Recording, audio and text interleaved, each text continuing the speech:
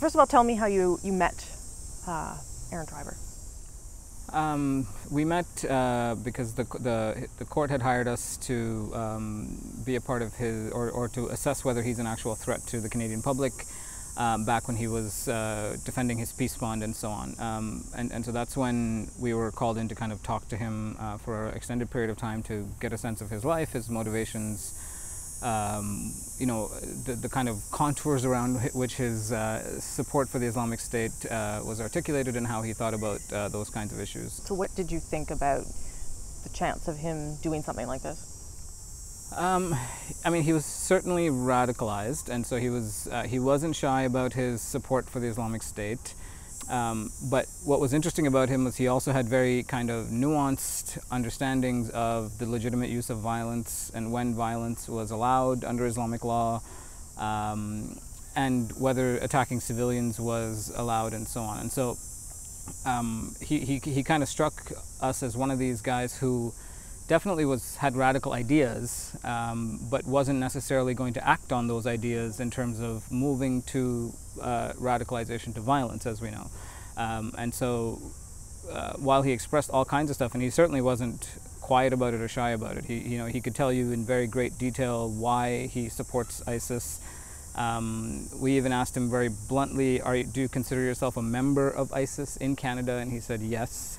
But the question of, is he one of these guys who could launch an attack in Toronto, launch an attack in some Canadian city? At that time, he didn't strike us as someone susceptible in a way. So what do you think happened? When you're dealing with someone like this, yeah. Does something trigger it? Does something push them in some direction? I mean, based on the available evidence, and particularly I think the very important video that was released by the RCMP, where he quite openly gives bayah to the leader of ISIS, Abu Bakr al-Baghdadi, in similar language as a lot of the previous attackers that we've seen this year in European cities and so on, kind of signals to me that over the last few months he was particularly kind of drawn into the rhetoric of ISIS spokesperson Adnani, who called for increased attacks during the month of Ramadan, followed by the actual increased attacks during the month of Ramadan in a variety of different cities from Bangladesh onwards.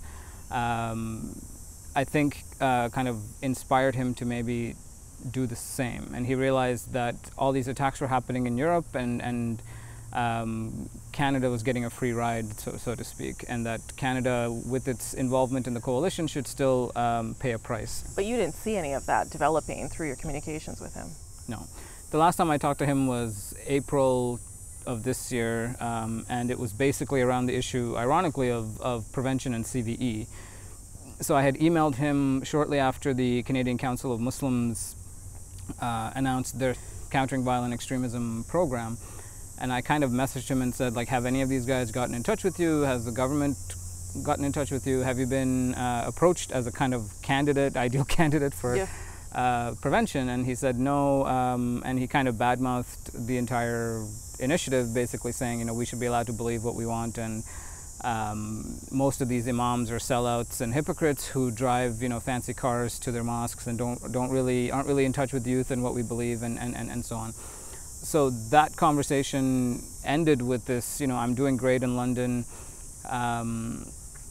I have a job, I have a good group of friends here, you know, I'm finally not idle anymore, I'm actually doing something.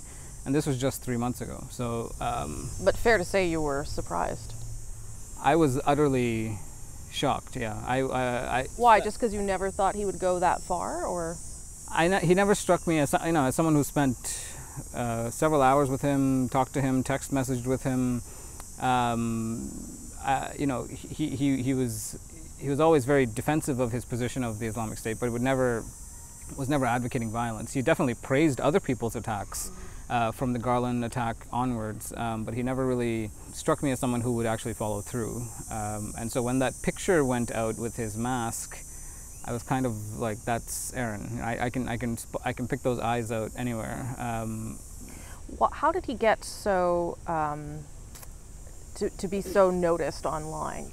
One thing to understand about the ISIS kind of media sphere, or the social media sphere, is there's a lot of supporters who get a lot of meaning and purpose from being part of that online community. They don't really fit in because of what they believe and what they think in everyday society. They're not able to, even at their mosque, in their community centers, at schools, at universities, they're not allowed to talk about these things.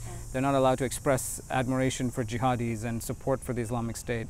And so for Aaron, just being there, retweeting, praising attacks, all kind of endeared him to the community. And he was articulate and bright, and he was a convert, and all those things are quite valuable for the online community. But he was quite plugged into the network of people, that to the point where he popped up on our radar quite quickly. But that in itself is not worrisome in a sense, because you have a lot of supporters, a lot of people who are involved in this community who actually don't do anything except tweet and retweet.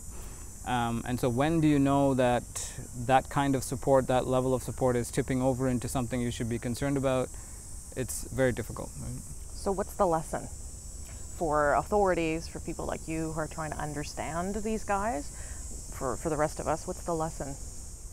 I think the lesson is to understand the contours of what they believe in, to the extent that when events happen in Syria or Iraq, we can kind of predict how some of these youth are going to respond. And what I mean by that is, you had the call come out for attacks, you had attacks happen, and the guy that you think it's going to affect might just be at home playing Nintendo and doesn't care. And so to get a sense of how do international events impact the social and emotional reactions of some of these youth actually means that you have to take their ideology seriously. And if you just dismiss it as, oh, it's a mental health issue, or it's a socioeconomic issue, or it's actually, you know, something else, you're going to miss a lot of that. You're going to miss a lot of that reaction. And I think that's important to keep in mind. Thank you. Appreciate you making the time.